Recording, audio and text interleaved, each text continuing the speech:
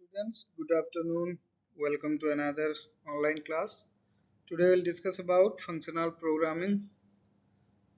As you know, we have studied imperative programming and object-oriented programming. In imperative programming, it's work on a structural basis. It works on one by one execution of the statement, and it holds the very systematic commands to form and execute by the particular compiler for the task to be performed.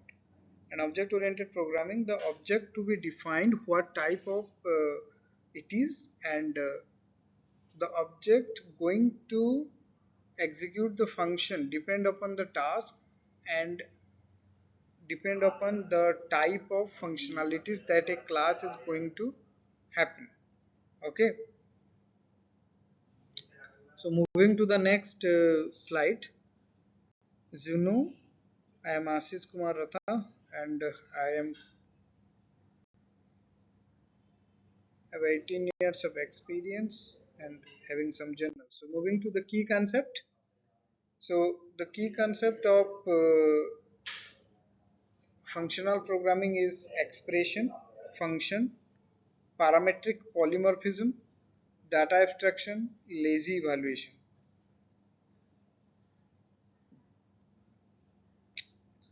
So as the programming is about the functional one, that is the procedure oriented, we must know what is a expression, function, parametric polymorphism, data abstraction, and lazy evaluation.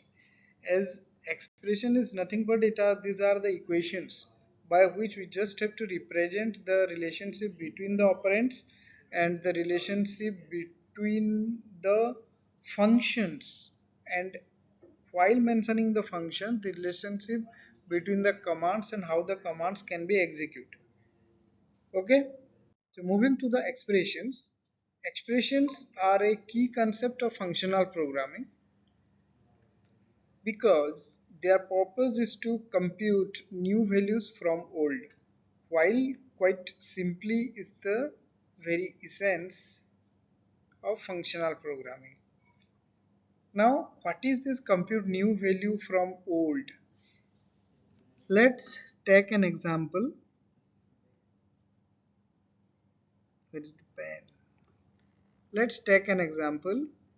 A plus B,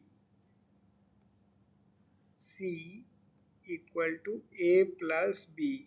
So if we consider this as an expression, so this is the old value, this is the old value, and this is the new value, and this is the computational parameters. That's why it is writing. It's quite simply is the very essence of functional programming. That's why this is the key features.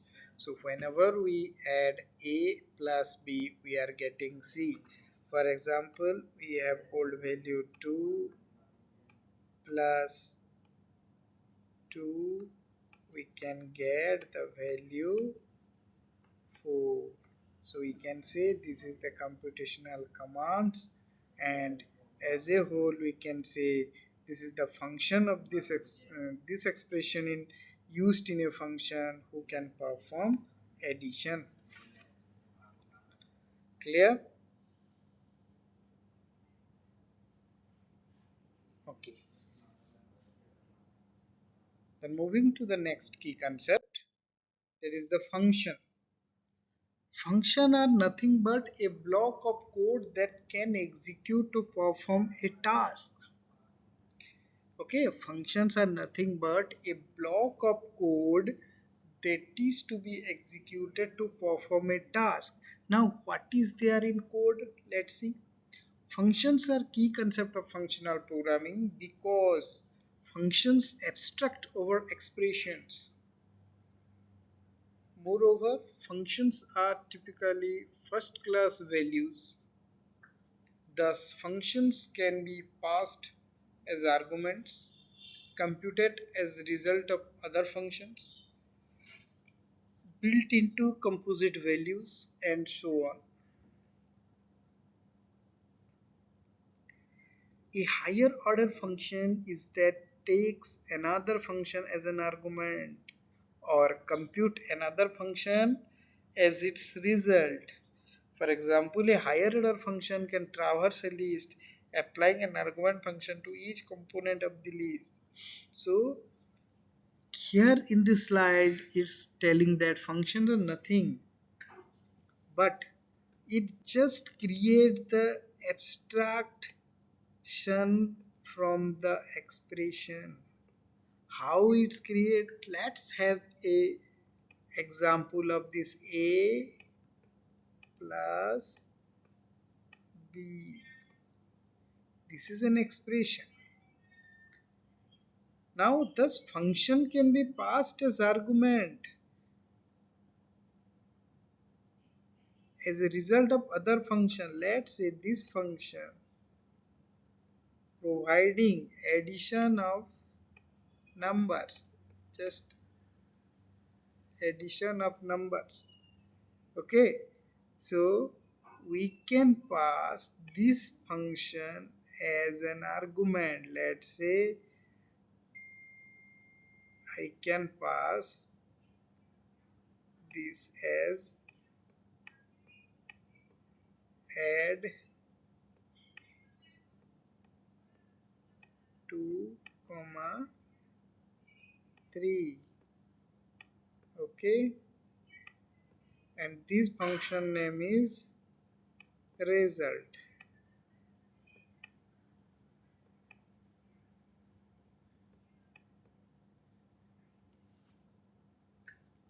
That this particular point elaborate. Thus, function can be passed as argument, computed as a result of other function, built into composite values, and so on.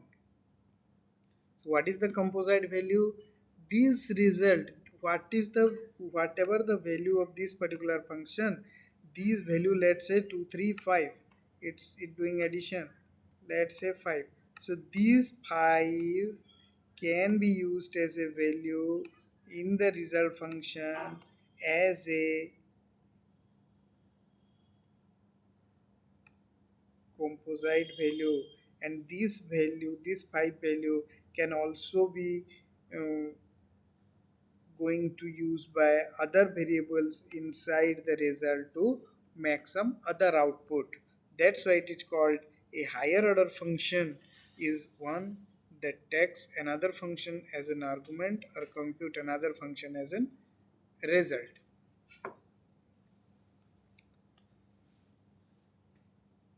If we take the example, an higher order function can traverse a list applying an argument function to each component of the list.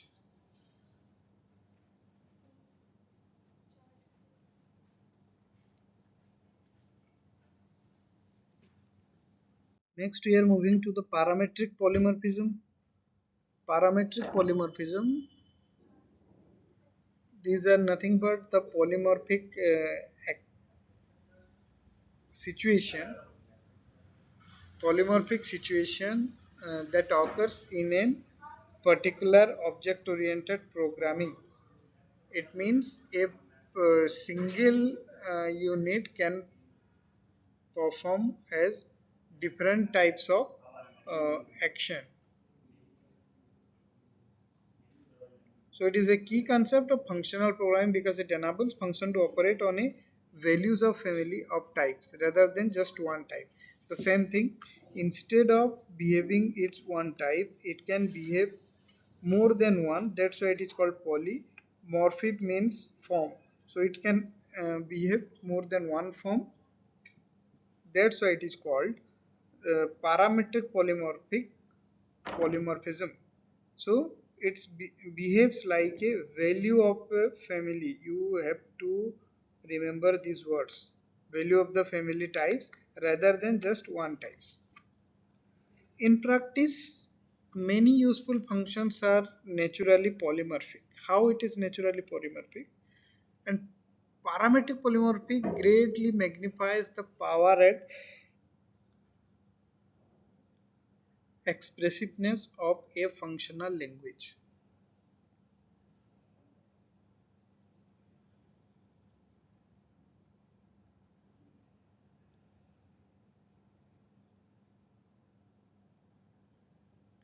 Okay, so these particular parametric polymorphic, these generally provide a particular situation where that function might speak or that function might behave or express in a different way for the uh, different type of data type and different type of activity that has to be passed. Then data abstraction, as we already know, data abstraction is the key component of object oriented programming as well as imperative programming. Now this is the key concept of modern functional language such as ML and Haskell. Data abstraction support separation of concerns, which is essential for the design and implementation of large programs.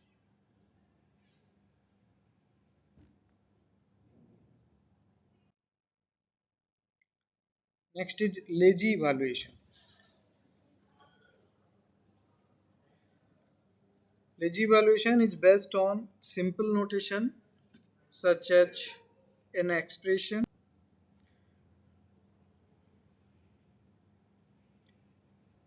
that an expression whose value is never used. So why it is called lazy evaluation means the value that never be used in this, and that particular value need to be evaluated. सोच के देखो एक value है जो कभी use ही नहीं हुआ है और उसको इवेलुएट भी करना है. So lazy evaluation is based on the simple notation that expression whose value is never used need never be evaluated. In order to understand this concept, we first explore a wider issue, the order in which expressions are evaluated. To better understanding this lazy evaluation things, we better understand that non-polynomial activities in an algorithm. Suppose an algorithm is not be used, never be used, and we do not need to evaluate that particular algorithm. Then how do we know what is the optimization and what is the complexity for that?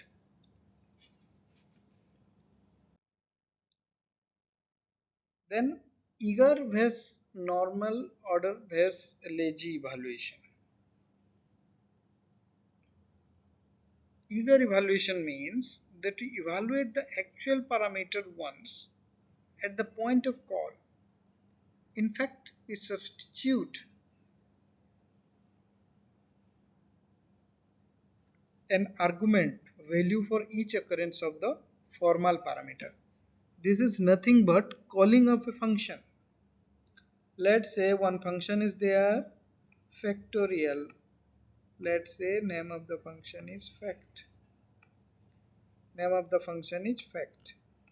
And I am passing a parameter a. I'm passing a parameter a. In this case, whenever I pass the parameter a, let's say I pass the value 5, the factorial would be 120.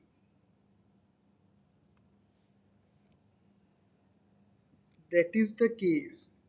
We evaluate the actual parameter once. This is the actual parameter. At the point of call, what is the value? In fact, we substitute the argument value for each occurrence of a formal parameter.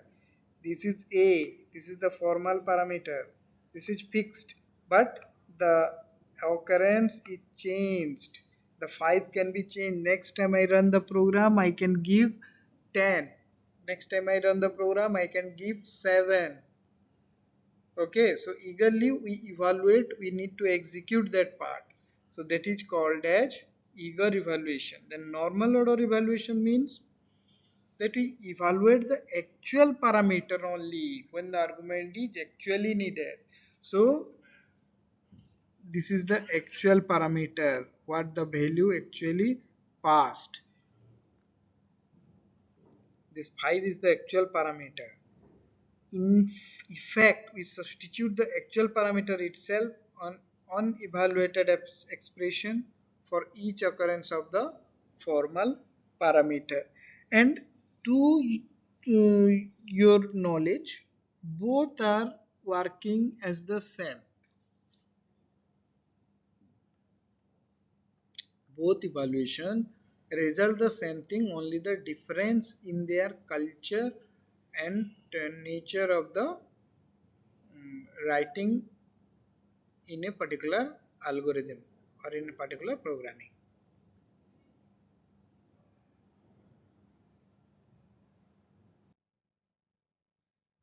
Now to understand that, let's consider the function.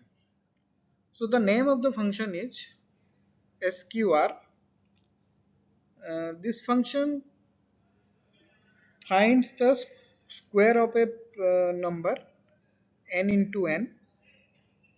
So where n is the formal parameter, consider also the function called s square m plus 1. So if this call is there,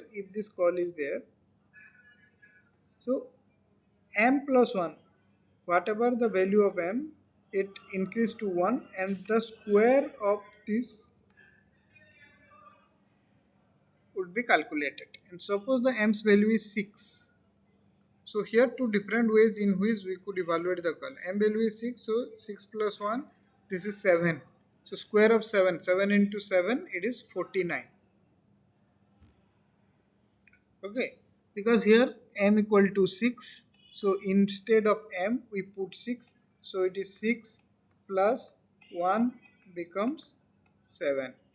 So 7 into 7 becomes 49.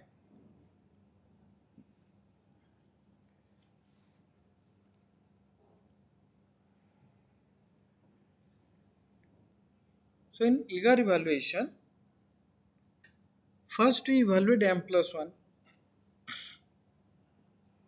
yielding 7. Then we bind the formal parameter to parameter n to 7. Finally we evaluate n into n. So yielding 7 into 7 equal to 49. Normal order evaluation, first we bind the formal parameter n to the unevaluated expression m plus 1. Subsequently, we re-evaluate the expression every time the value n is required during the evaluation of n into n.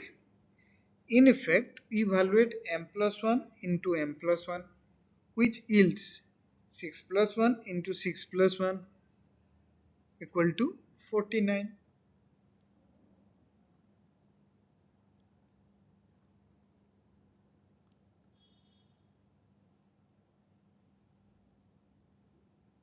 In the case of S square function, both eager and normal order evaluation yield the same result. Although eager evaluation is more efficient, however, the behavior of certain function does depend on evaluation order. Consider the function defines as follows: C and D B1 B2, if B1 then B2 else false. This is just to understand the concept. Next is the architecture of functional program with data abstraction.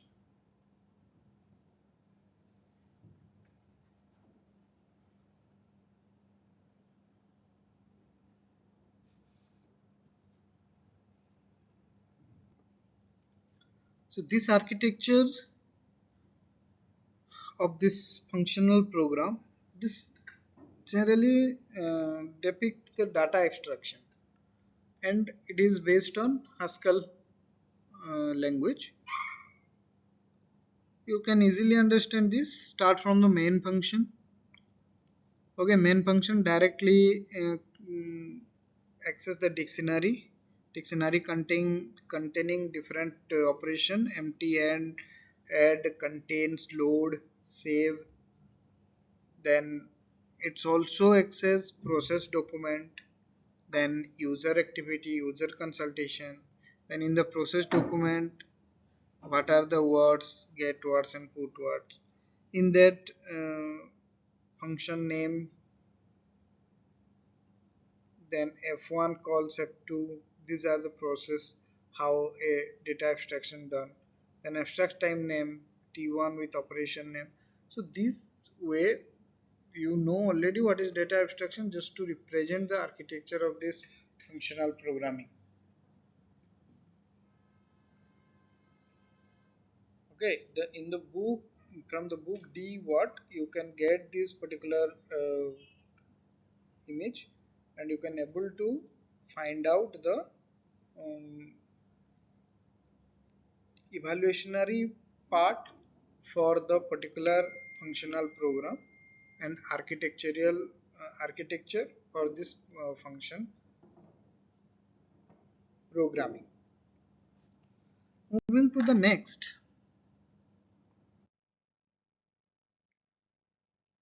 as it is a functional programming, what is procedural abstraction?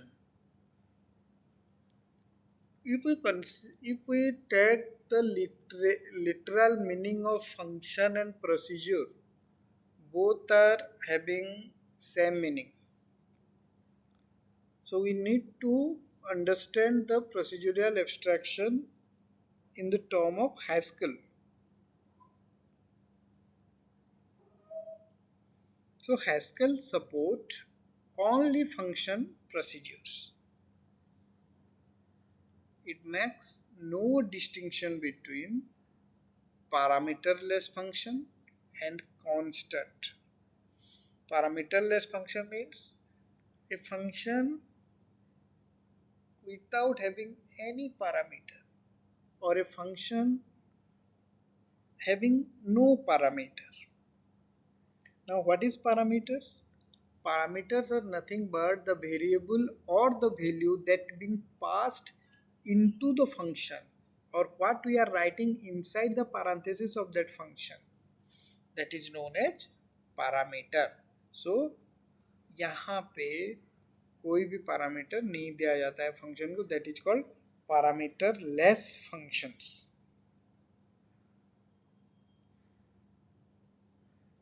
Then Haskell functions are first class values. They can be passed as parameters, computed as function results, built into composite values, and so on. This has a major impact on programming style.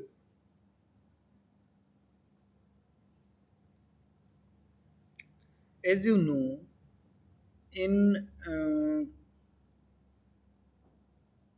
C, functions are used to reuse the code, but in um, C++ or OOPS concept, encapsulation, polymorphism are used to reuse the code. So like this, the parameter passed in such a way that the functions can compute the result, and the value can be built as a composite, so that it can gives impact to the programming writing or programming style. A function with a functional parameter or functional result called a higher order function. So whenever a function with a functional parameter or functional result is called a higher order function.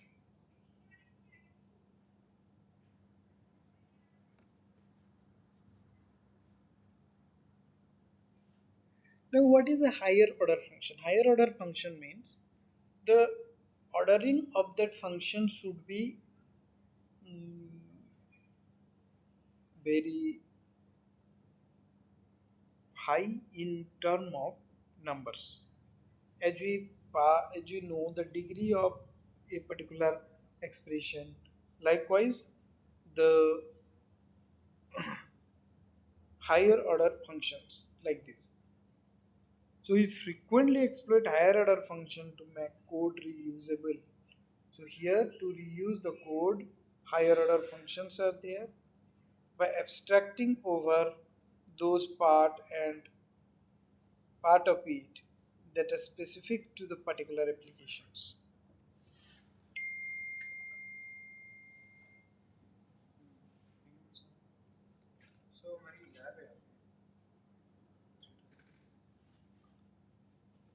Clear? So allowing a function to compute another function. Let's say if we need to find out the square root of a function using two different function, so we can use a square function and a root function.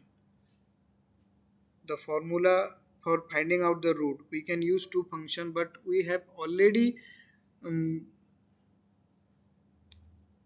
written a single function such as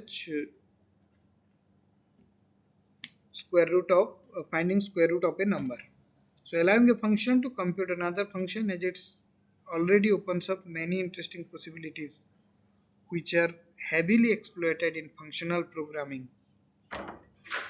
The simplest way to generate a new function is by composing two existing functions as the examples we discussed or we need to discuss. So इसमें क्या क्या चीजें हो सकती हैं? The data, the way a function particularly using it and abstract it. यहाँ पे जैसे लिखा हुआ है the simplest way to generate the new function by composing two existing function. So if we consider two things, uh, let me explain the, let's say one is dot operator. Okay, this is a dot operator, and another operator is operator resolution operator, that is a 4 dot or 2 is 2. Okay, so in Haskell function composition, it is quite used like that. For example, let's say I am use writing a statement not, then colon, two colon, then bull,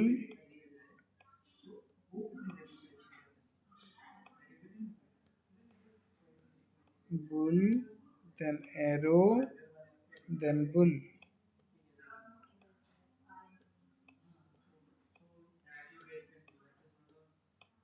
So this represent boolean is a type where we can represent not.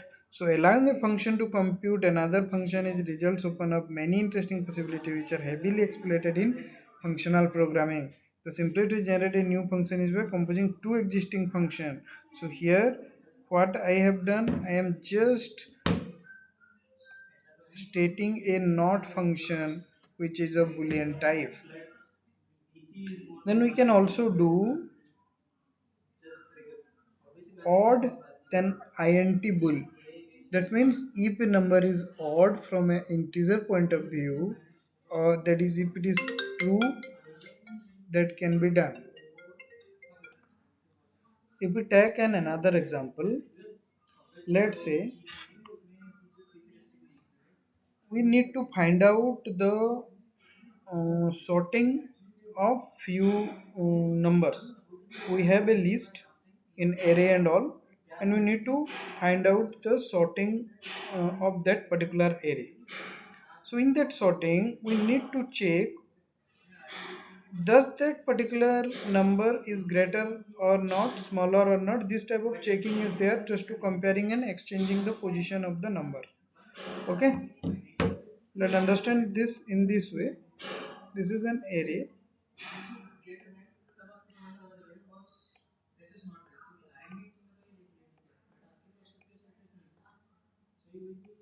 So यहाँ पे numbers हैं.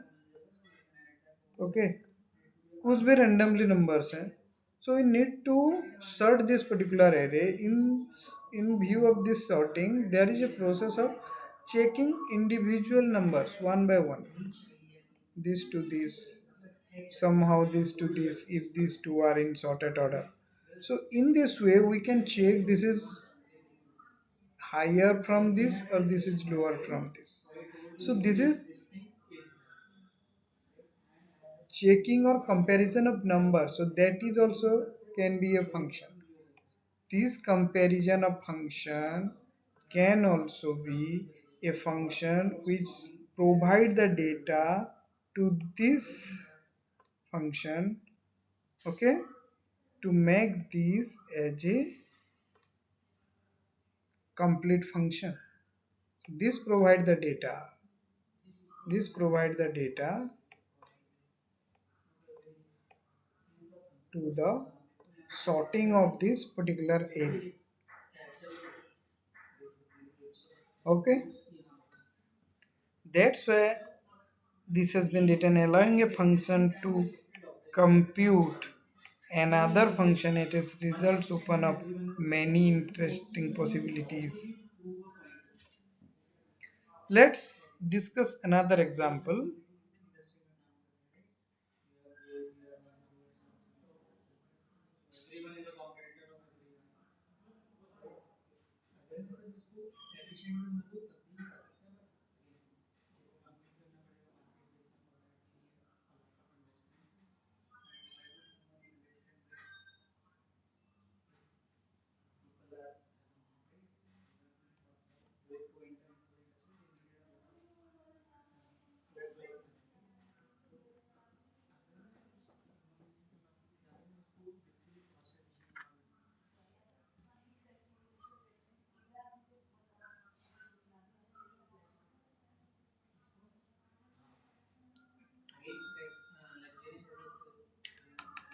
So if we consider a particular type of task, such as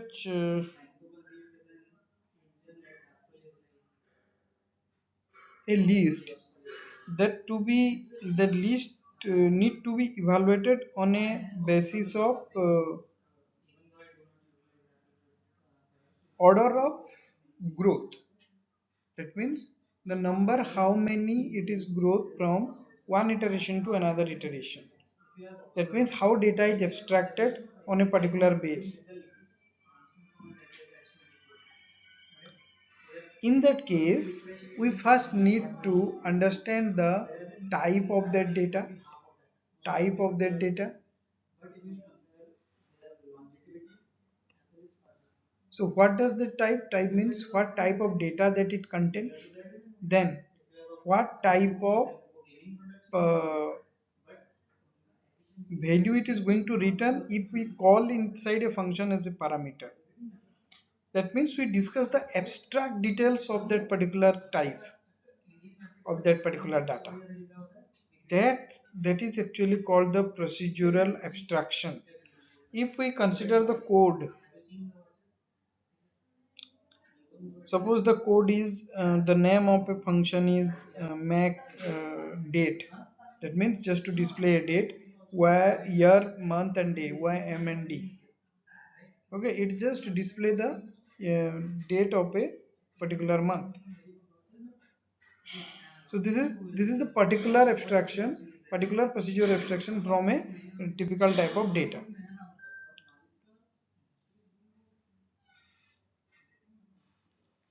Okay,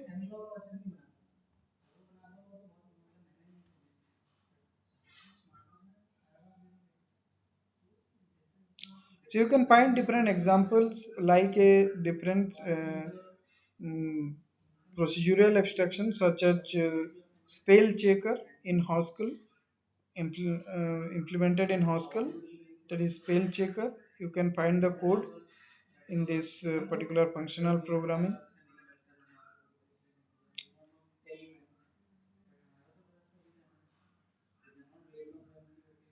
So I recommend you to go through the functional programming. There is a chapter number 14, and you will get different types of example or the procedural uh, abstractions and all. So do study the chapter number 14 with the Haskell language. It is just to know the what type of implementation it is. We need to go through the Haskell. There are general abstraction, formal abstraction, evaluations, and all these things are there. So if you have any doubts, do reach to me, and do go through the videos and do appear the quiz. Okay, thank you all the best.